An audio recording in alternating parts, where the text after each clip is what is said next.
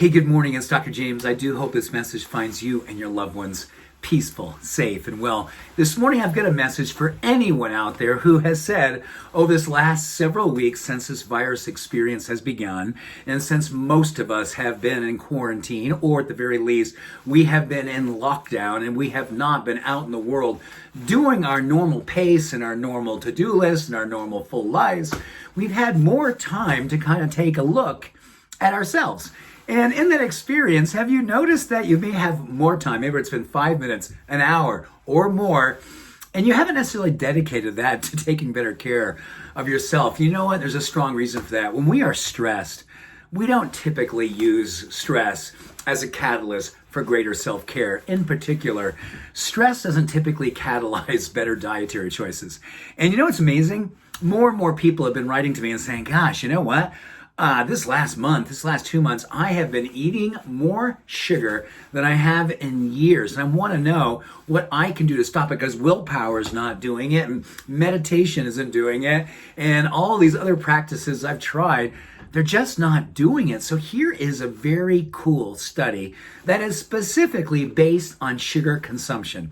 And it was done on 93 people. So it's not a big study, but the study was done with functional MRIs. So it has a very strong correlation to being a sound study. And I think you're going to love this outcome, because it was all about how these people were tested, this group of 93, to see if there's anything they could be doing that would have a direct impact on, number one, their cravings for sugar, and number two, their consumption of sugar. So it's one thing to say, man, I am craving sugar. Then you can will yourself through it and not go after the sugar. But there's a whole other part that says, you know what?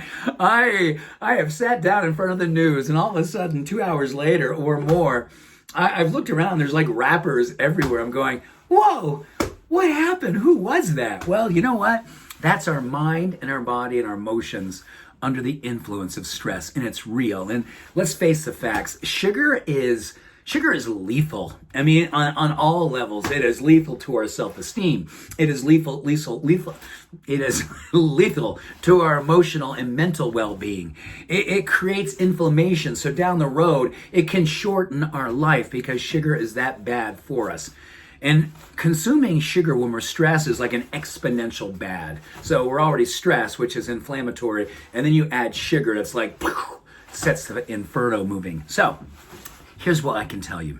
The study talked about images of nature.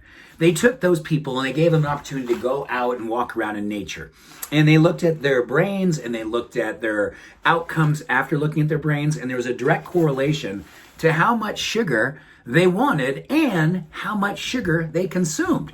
So I know what you're thinking right now. Well, you know what? That sounds great, but I haven't got nature anywhere around me. I'm in an urban situation. I am in an apartment building. I'm in a place where there's a lot of concrete, brownstones, what have you, and I can't get into nature. Well, here's what I love about this study. They even had screensavers, or even posted pictures on their laptops or their phones, where every now and then, a couple times a day, 2-3 minutes, they just got a chance to look at images of nature on their screen. And the exact same outcome happened. They craved less sugar, they ate less sugar. And I think the key is that now that you are well armed, and now you're fortified and hopefully inspired by this study, you got to make good. And maybe you do live in nature, and when you go out in nature, you go, you know what I'm doing for myself? I'm helping to manage my mind, my body, my spirit. I'm lowering stress hormones. I'm going to help myself navigate my cravings for sugar, because I don't want to eat my emotions right now, and I do not want to feel the way I feel after having sugar, because we know that sugar correlates directly with what we consume to depression, sadness, anxiety, and just knocking us down emotionally and mentally and spiritually, and of course physically. So this is something we gotta do, and the opportunity is really beautiful, because when we follow through, we raise our self-esteem, we raise our mental and emotional well-being, and we have an opportunity to witness this ourselves, having a space of control.